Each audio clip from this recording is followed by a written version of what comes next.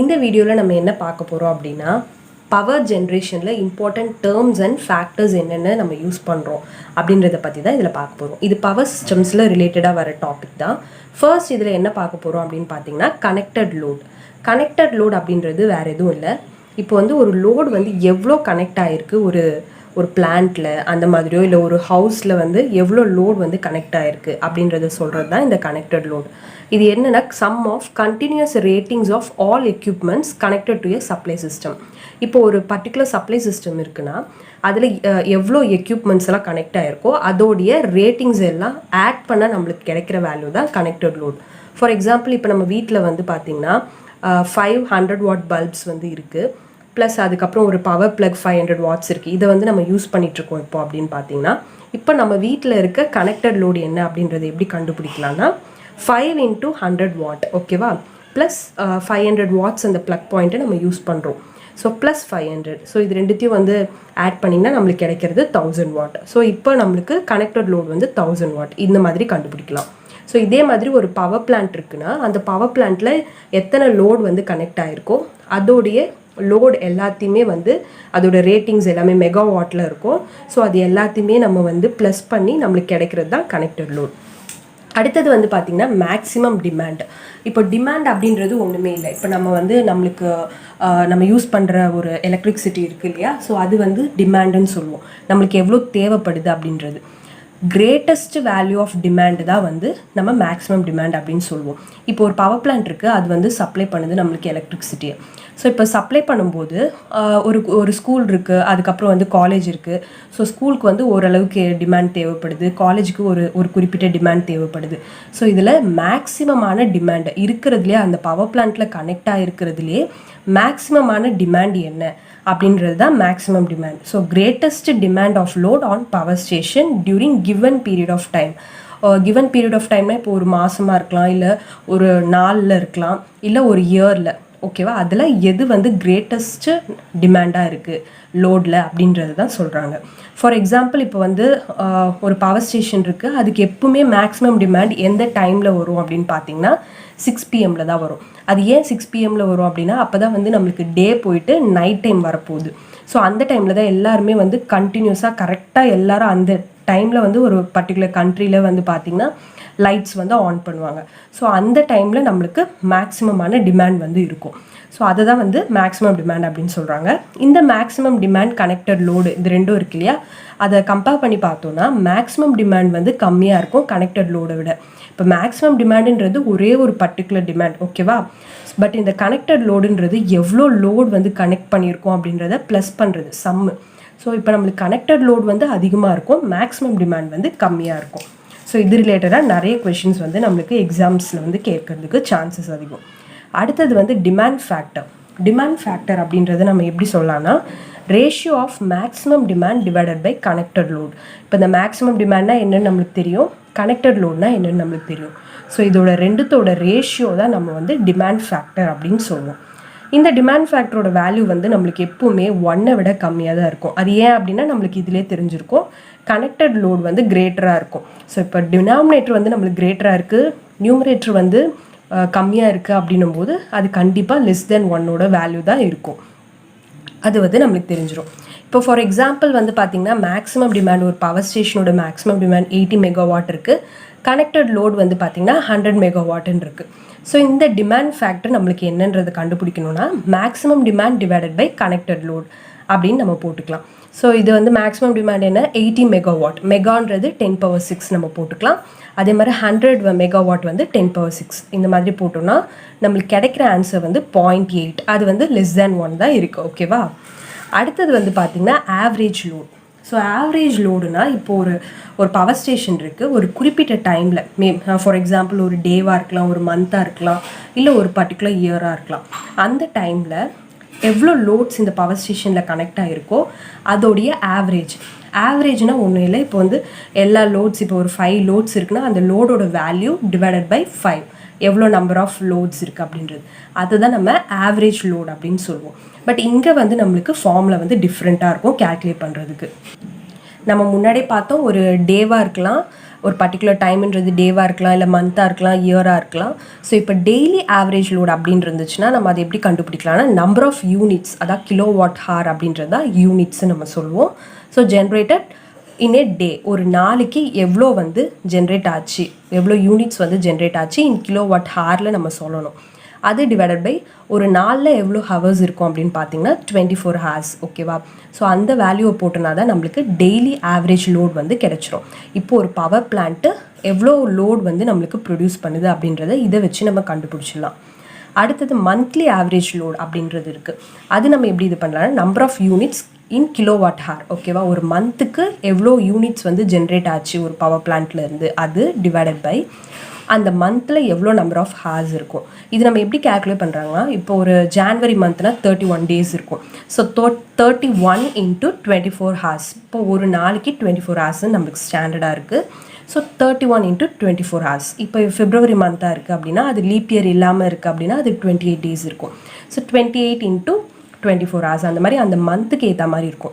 Suppose எந்த மந்த்துமே கிளியராக நம்மளுக்கு கொடுக்கலன்னா நம்ம ஸ்டாண்டர்டாக 30 அப்படின்றத எடுத்துக்கலாம். ஓகேவா? ஸோ 31 வேண்டாம், 28 அந்த மாதிரி வேணால் 30ன்ற இது வந்து நம்ம எடுத்துக்கலாம் டேஸு. அடுத்தது இயர்லி ஆவரேஜ் லோட் அப்படின்றது எப்படி கண்டுபிடிக்கலாம்னா number of units in kilowatt hour generated in a year. ஒரு வருஷத்துக்கு எவ்வளோ நம்பர் ஆஃப் யூனிட்ஸ் வந்து ஜென்ரேட் ஆச்சு அது டிவைடட் பை ஒரு வருஷத்தில் எவ்வளோ நம்பர் ஆஃப் ஹார்ஸ் இருக்குது. ஸோ எவ்வளோ நம்பர் ஆஃப் ஹார்ஸ் இருக்குது அப்படின்றது ஒரு வருஷத்துக்கு நம்ம 365 days தான் ஸ்டாண்டர்டாக எடுத்துப்போம். ஸோ 365 days into 24 hours அப்படின்னு போட்டோன்னா நம்மளுக்கு கிடைக்கிறது 8760 hours. ஓகேவா? ஸோ இது ஸ்டாண்டர்டை நம்ம போட்டுக்கலாம். அடுத்தது பார்த்தீங்கன்னா லோட் ஃபேக்டர் அப்படின்றது. இந்த ஆவரேஜ் லோட் இருக்கு இல்லையா, அந்த average load divided by maximum டிமாண்ட்னு ஒன்று படித்தோம் இல்லையா. So average load divided by maximum demand அது போட்டால் நம்மளுக்கு கிடைக்கிறது தான் லோட் ஃபேக்டர். இது ரெண்டுத்தோட ரேஷியோ தான் நம்மளுக்கு லோட் ஃபேக்டர். இது வந்து இப்போ ஒரு பிளான்ட் வந்து நம்ம ஒரு பர்டிகுலர் ஹார்ஸ்க்கு வந்து ரன் பண்ணிகிட்ருக்கோம் அப்படின்னு பார்த்தீங்கன்னா ஒரு 2 hours இல்லை 3 hours அந்த மாதிரி ரன் பண்ணிகிட்ருக்கோம். அந்த டைமில் நம்ம லோட் ஃபேக்டர் எப்படி இருக்கும்னா ஆவரேஜ் லோட் இன்ட்டு எவ்வளோ டைமோ அது divided by maximum demand into அந்த டைம். ஓகேவா? ஸோ இது வந்து இப்படியும் சொல்லலாம், இல்லை இப்படியும் சொல்லலாம். அடுத்தது லோட் ஃபேக்டரை வேறு எப்படியெல்லாம் சொல்லலாம் அப்படின்னா, இப்போ ஆவரேஜ் லோட் அப்படின்றது நம்ம முன்னாடியே பார்த்துருப்போம். யூனிட்ஸ் ஜென்ரேட்டட் இன் இவ்வளோ பர்டிகுலர் ஹார்ஸில் எவ்வளோ யூனிட்ஸ் ஜென்ரேட் ஆச்சு அது divided by maximum demand into time. So எவ்வளோ டைம் அப்படின்றது இதில் வந்துடும். இந்த லோட் ஃபேக்டருமே பார்த்தோன்னா நம்மளுக்கு லெஸ் தேன் 1 தான் இருக்கும். ஏன் அப்படின்னு பார்த்தீங்கன்னா இந்த ஆவரேஜ் லோட் வந்து மேக்ஸிமம் டிமாண்டை விட கம்மியாக இருக்கும். ஸோ மேக்ஸிமம் டிமாண்ட் அதிகமாக இருக்கும், ஆவரேஜ் லோட் வந்து கம்மியாக இருக்கும். ஸோ அதனால் இந்த லோட் ஃபேக்டர் எப்பவுமே லெஸ் தேன் 1 தான் இருக்கும். அது மட்டும் இல்லாமல் இந்த லோட் ஃபேக்டர் அப்படின்றது நம்மளுக்கு ஒரு முக்கியமான விஷயத்துக்கு ஹெல்ப் பண்ணுது.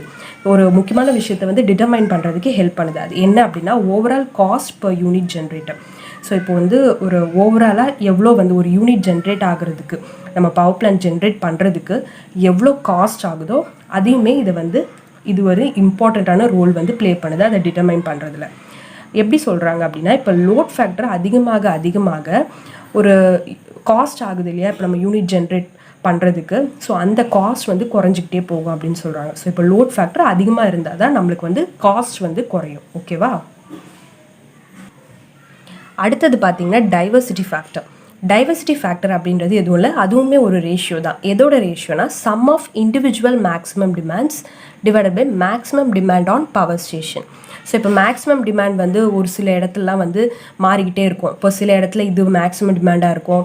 அந்த மாதிரி மாறி இருக்க இண்டிவிஜுவலான மேக்ஸிமம் டிமாண்ட் எல்லாத்தையும் சம் பண்ணிக்கிட்டு டிவைடட் பை பவர் ஸ்டேஷனுக்குன்னு ஒரு எக்ஸ்ட்ராடினரி மேக்ஸிமம் டிமாண்ட் இருக்கும் இல்லையா, அதை வந்து நம்ம டிவைட் பண்ணிக்கணும். அது வந்து இந்த இதுலேயே வரும். இப்போ இண்டிவிஜுவல் மேக்ஸிமம் டிமாண்ட்லேயே எது வந்து highest level of maximum demand அதுதான் இந்த பவர் ஸ்டேஷனோட மேக்ஸிமம் டிமாண்ட். அந்த மாதிரி போட்டோன்னா நம்மளுக்கு கிடைக்கிறது தான் டைவர்சிட்டி ஃபேக்டர். இந்த டைவர்சிட்டி ஃபேக்டர் எப்பவுமே நம்மளுக்கு கிரேட்டர் தேன் 1 தான் இருக்கும். அது ஏன் அப்படின்னு பார்த்தீங்கன்னா இந்த மாதிரி இண்டிவிஜுவல் மேக்ஸிமம் டிமாண்டில் ஒன்று தான் வந்து இந்த maximum demand on power station. So அது வந்து கண்டிப்பாக இந்த மேலே இருக்க வேல்யூ தான் நம்மளுக்கு ஹையராக இருக்கும், கீழே இருக்க வேல்யூ கம்மியாக இருக்கும். ஸோ அதனால் நம்மளுக்கு diversity factor always greater than 1 தான் இருக்கும். இதுவுமே வந்து பார்த்திங்கன்னா காஸ்ட்டை வந்து டிசைட் பண்ணும். இதுவுமே ஹையராக போக கிரேட்டராக ஆக நம்மளுக்கு வந்து காஸ்ட் வந்து பவர் ஜென்ரேஷனோட காஸ்ட் வந்து குறைஞ்சிக்கிட்டே போகும்னு சொல்கிறாங்க. ஸோ லோட் ஃபேக்டர் அதிகமாக இருந்தாலும் காஸ்ட் குறையும், டைவர்சிட்டி ஃபேக்டர் அதிகமாக இருந்தாலும் காஸ்ட் குறையும். அடுத்தது பிளான்ட் கெப்பாசிட்டி ஃபேக்டர் அப்படின்னு ஒன்று இருக்குது. அது எப்படி நம்ம கண்டுபிடிக்கலாம்னா ஆக்சுவல் எனர்ஜி ப்ரொடியூஸ், இப்போ ஒரு பிளான்ட் இருக்குது, பவர் பிளான்ட் இருக்கு இல்லையா, அதோட கெப்பாசிட்டி ஃபேக்டர் எப்படி கண்டுபிடிக்கணும் அப்படின்றதுக்கு ஈஸியான ஃபார்முலா இது தான். ஆக்சுவலாக எனர்ஜி வந்து எவ்வளோ ப்ரொடியூஸ் ஆகிருக்கு, அடுத்து அந்த பிளான்ட்டை பில்ட் பண்ணும்போது அது மேக்ஸிமமாக இவ்வளோ எனர்ஜி ப்ரொடியூஸ் பண்ணும் அப்படின்றது ஒன்று வச்சுருப்பாங்க இல்லையா.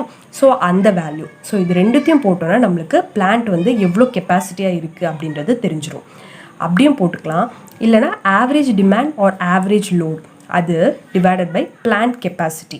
பிளான்ட்டோட கெப்பாசிட்டின்றது இந்த பிளான்ட் வந்து இவ்வளோ மெகாவாட் வந்து ப்ரொடியூஸ் பண்ணும் அந்த மாதிரிலாம் இருக்கு இல்லையா, அதுதான். இல்லை நம்ம ஆனுவல் பிளான்ட் கெப்பாசிட்டி ஃபேக்டர் அப்படின்றதும் கண்டுபிடிக்கிறதுக்கு என்ன பண்ணலான்னா ஆவரேஜ் லோடு வந்து எப்படி சொல்லலாம், ஆனுவல் கிலோவாட் ஹார் அவுட்புட், இப்போ kilowatt hour generated in a year divided by இந்த பிளான் கெப்பாசிட்டி அப்படியே போட்டுக்கணும். எவ்வளோ ஹவர்ஸ் இன் எ இயர் என்ன 8760 நம்ம முன்னாடியே படித்தோம் இல்லையா ஆவரேஜ் லோடோட ஃபார்மில், அதை இங்கே சப்ஸ்டியூட் பண்ணி இந்த மாதிரியும் நம்ம வந்து சொல்லலாம். ஓகேவா. அடுத்து இந்த பிளான் கெப்பாசிட்டி ஃபேக்டர் வந்து ஒரு ரிசர்வ் கெப்பாசிட்டி, பிளான்ட்டோட ரிசர்வ் கெப்பாசிட்டி எவ்வளோ இருக்குது அப்படின்றத இண்டிகேட் பண்ணும். ஸோ ரிசர்வ் கெப்பாசிட்டினா எவ்வளோ வந்து அதில் மிச்சம் இருக்குது அப்படின்றது. ஸோ இப்போ அதை வந்து டிட்டர்மைன் பண்ணுறதுக்கு இந்த பிளான் கெப்பாசிட்டி ஃபேக்டர் ஹெல்ப் பண்ணும். அடுத்து installed capacity is always greater than maximum demand on plant. இப்போ ஒரு பிளான்ட்டை வந்து இப்போ பிளான்ட்டோட கெப்பாசிட்டியை தான் இன்ஸ்டால்டு கெப்பாசிட்டி அப்படின்ற இன்னொரு வார்த்தையில் சொல்கிறாங்க. அது எப்பவுமே வந்து பார்த்திங்கன்னா ஒரு maximum demand, highest level of maximum demand எவ்வளோ வந்து வரணுமோ அதை விட அதிகமாக தான் அந்த இன்ஸ்டால்டு கெப்பாசிட்டியை வச்சுருப்பாங்க. ஸோ இதுவுமே ஒரு பாயிண்ட்டாக சொல்கிறாங்க. அடுத்தது பார்த்திங்கன்னா ரிசர்வ் கெப்பாசிட்டி, அதை கண்டுபிடிக்கிறது எப்படி அப்படின்னு பார்த்தோன்னா ஒரு பிளான்ட்டோட கெப்பாசிட்டி மைனஸ் மேக்ஸிமம் டிமாண்ட் அதில் எவ்வளோ வந்திருக்கு அது ரெண்டுத்தையும் போட்டால் நம்மளுக்கு ரிசர்வாக எவ்வளோ கெப்பாசிட்டி இருக்குது அப்படின்றது தெரிஞ்சிடும். அப்படியும் சொல்லலாம். இல்லைனா load factor minus plant capacity factor அப்படின்னும் சொல்லலாம் ரிசர்வ் கெப்பாசிட்டி. இப்போ சப்போஸ் வந்து மேக்ஸிமம் டிமாண்டும் பிளான்ட் கெப்பாசிட்டியும் நம்மளுக்கு சேமாக இருக்குது அப்படின்னா என்ன அர்த்தம்னா லோட் ஃபேக்டரும் பிளான்ட் கெப்பாசிட்டி ஃபேக்டரும் ஈக்குவலாக இருக்குன்னு அர்த்தம். ஏன்னா ரெண்டுமே வந்து கிட்டத்தட்ட reserve capacity equal to plant capacity minus maximum demand, இல்லைனா load factor minus plant capacity factor அப்படின்னு சொல்கிறோம். ஸோ இது ரெண்டுமே வந்து சேமாக இருக்குன்னா என்ன அர்த்தம், இந்த ரெண்டுமே சேமாக தான் இருக்குது அப்படின்றத சொல்கிறாங்க. ஸோ இதை வந்து இது எல்லாமே வந்து கண்டிப்பாக வந்து கம்பல்சரி நம்மளுக்கு கேட்கக்கூடிய ஒரு விஷயங்கள் எல்லா எக்ஸாம்லேயும். ஸோ இதெல்லாம் வந்து நம்ம அடிக்கடி கோத்ரூ பண்ணிக்கிட்டோம்னா நம்மளுக்கு ஃபிங்கர் டிப்ஸில் இருக்கும் இந்த கான்செப்ட்ஸ்லாம். அடுத்தது பார்த்திங்கன்னா plant use factor. Plant use factor அது எப்படி கண்டுபிடிக்கலாம்னா station output in kilowatt hour. ஸ்டேஷனாக பவர் ஸ்டேஷன், இந்த பவர் பிளான்ட்டோட அவுட்புட் கிலோவாட் ஹாரில் அது எவ்வளோ அவுட்புட் கொடுக்குது அப்படின்றத போட்டுக்கிட்டு divided by plant capacity into hours of use. So பிளான்ட்டோட கெப்பாசிட்டி எவ்வளோ அப்படின்றது நம்ம முன்னாடியே சொல்லியிருப்போம்ல, இன்ஸ்டால்டு கெப்பாசிட்டி இல்லைனா பிளான்ட் கெப்பாசிட்டி. ஸோ அந்த கெப்பாசிட்டி இன்ட்டு எவ்வளோ ஹவர்ஸ் வந்து அந்த பிளான்ட் வந்து ஒர்க் ஆச்சு, ஆப்ரேட் ஆச்சு அப்படின்ற ஹவர்ஸ் ஆஃப் யூஸ். இதை போட்டனாலே நம்மளுக்கு பிளான்ட் யூஸ் ஃபேக்டர், ஒரு பிளான்ட்டை நம்ம எந்த அளவுக்கு யூஸ் பண்ணியிருக்கோம் அப்படின்றது இதிலே தெரிஞ்சிடும். ஸோ இப்போ ratio of kilowatt hour generated to the product of plant capacity and number of hours of plants operation, இதுதான் வந்து பிளான்ட் யூஸ் ஃபேக்டர். ஓகேவா. அடுத்தது இப்போது இந்த பிளான்ட்டை இப்போ ஃபார் எக்ஸாம்பிள் வந்து ஒரு பிளான்ட்டில் வந்து இன்ஸ்டால்டு கெப்பாசிட்டி வந்து 20 மெகாவாட் அப்படி இருக்குன்னு வச்சுக்கோங்க. அதோட ஆனுவல் அவுட்புட் வந்து 7.35 × 10⁶ கிலோவாட் ஹார் அப்படி இருக்குது. ஸோ அது வந்து 2190 ஹார்ஸ் வந்து ஒரு வருஷத்தில் அது ஒர்க் ஆகிருக்கு. ஸோ பிளான்ட் யூஸ் ஃபேக்டர் என்ன அப்படின்றத கண்டுபிடிக்க சொல்கிறாங்கன்னா நம்ம இந்த வேல்யூஸ் எல்லாம் சப்ஸ்டியூட் பண்ணி போட்டுக்கணும். இப்போ அதோடைய ஆனுவல் அவுட்புட் என்ன கிலோவாட் ஹாரில் அப்படின்னா இது டிவைடட் பை அடுத்து அதோடைய பிளான்ட் கெப்பாசிட்டி எவ்வளோ 20 மெகாவாட் அளவுக்கு அது ஜென்ரேட் பண்ணக்கூடிய கெப்பாசிட்டி இருக்குது. ஸோ அதையும் போட்டுக்கிறோம். இன்ட்டு எவ்வளோ ஹவர்ஸ் அது வந்து ஆப்ரேஷனில் இருக்குது அதையும் போட்டுக்கிட்டு நம்மளுக்கு கிடைச்ச வேல்யூ வந்து பார்த்திங்கன்னா 0.167. அது வந்து என்னென்னா 16.7% வந்து அந்த பிளான்ட்டோட கெப்பாசிட்டியை அது யூஸ் பண்ணியிருக்கு அப்படின்னு சொல்கிறாங்க.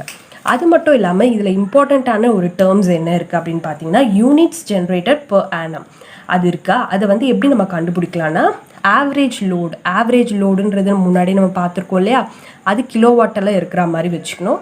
Into hours in a year அப்படியும் நம்ம வந்து எவ்வளோ யூனிட்ஸ் வந்து அந்த பிளான்ட் வந்து ஒரு வருஷத்துக்கு ஜென்ரேட் பண்ணியிருக்கு அப்படின்றத கண்டுபிடிக்கலாம். ஏன்னா ஆவரேஜ் லோடு என்ன units generated in a year divided by hours in a year தானே. ஸோ இப்படியும் நம்ம போட்டு கண்டுபிடிக்கலாம். ஆவரேஜ் லோடு நம்ம எப்படிலாம் சொல்லலாம் அப்படின்னா இப்போ maximum demand into load factor அப்படின்னு சொல்லலாம். ஹவர்ஸ் இன் இயர் நம்மளுக்கு தெரியும் 8760 சொல்லிட்டு. ஏன் அப்படி சொல்கிறாங்கன்னா ஆவரேஜ் லோடை வந்து நம்ம maximum demand into load factor, இப்போ load factor equal to average load divided by maximum demand தானே. ஸோ அதை வச்சு நம்ம இந்த மாதிரி ரிவர்ஸில் போட்டோம் நம்ம வந்து கண்டுபிடிக்கலாம். ஸோ இதெல்லாம் தான் ஒரு இம்பார்ட்டண்ட்டான டேர்ம்ஸ் வந்து பவர் ஜென்ரேஷனுக்கு. இது ரொம்ப ரொம்ப யூஸ்ஃபுல்லாக இருக்கும் எல்லா எக்ஸாம்ஸ் பாயிண்ட் ஆஃப் வியூலையும். ஸோ இதை வந்து மறக்காமல் ரிவிஷன் பண்ணி பார்த்துக்கோங்க. மின்கலம் சேனலையும் சப்ஸ்கிரைப் பண்ணிவிடுங்க. நன்றி.